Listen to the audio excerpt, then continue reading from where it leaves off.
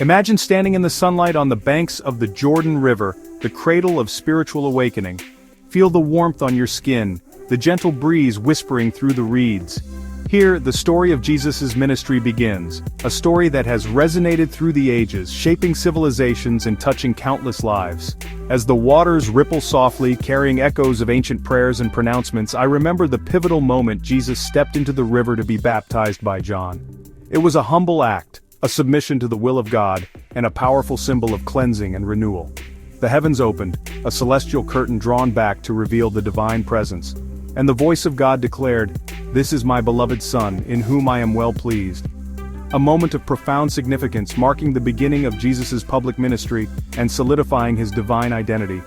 From this sacred river, a journey of divine encounters unfolds, a tapestry woven with threads of compassion, healing, and redemption. I walk with Jesus to a dusty road in Samaria, where the midday sun beats down relentlessly, and a woman approaches Jacob's well, seeking respite from the heat and the burdens of her day. She carries more than an empty jar. Her heart is weighed with shame and loneliness, the result of choices made and societal judgments endured. But Jesus offers her living water, saying, "Whoever drinks the water I give them will never thirst."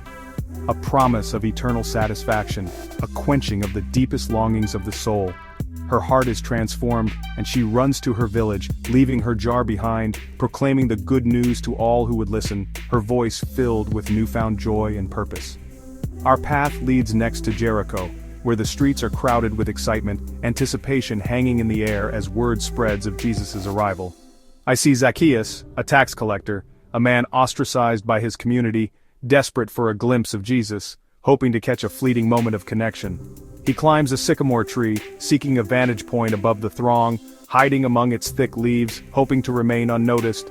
But Jesus stops, looks up, and calls him by name, a personal invitation, a recognition of his inherent worth. "Zacchaeus, come down, I must stay at your house today." An unexpected honor, a moment of divine intervention that would forever alter the course of his life. In that moment, grace finds Zacchaeus, and his life is never the same. The walls of his heart crumble, replaced by a desire for repentance and reconciliation. He gives generously, restoring what he once took, and joy fills his home, a testament to the transformative power of forgiveness and second chances. Now, I find myself at the Pool of Bethesda, near Jerusalem's Sheep Gate, a place steeped in history and whispered tales of miraculous healings. The air is tense, filled with hope and despair as the sick gather, their bodies broken, their spirits weary, longing for healing and a release from their suffering. A man, crippled for 38 years, waits, his hope dwindling with each passing day, his body a prisoner of its own limitations. Jesus kneels beside him and asks, "Do you want to get well?"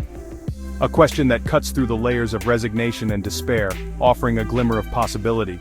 With a word, Jesus heals him, proof that when God moves, no one is left behind, that even in the darkest of circumstances, hope can be rekindled and lives can be transformed. From the river to the well, the tree, and the pool, these places remind me that Jesus meets us in our deepest needs, in our moments of vulnerability, and in our search for meaning and purpose. He brings living hope, healing, and grace wherever we are, regardless of our past, our present circumstances, or our perceived limitations.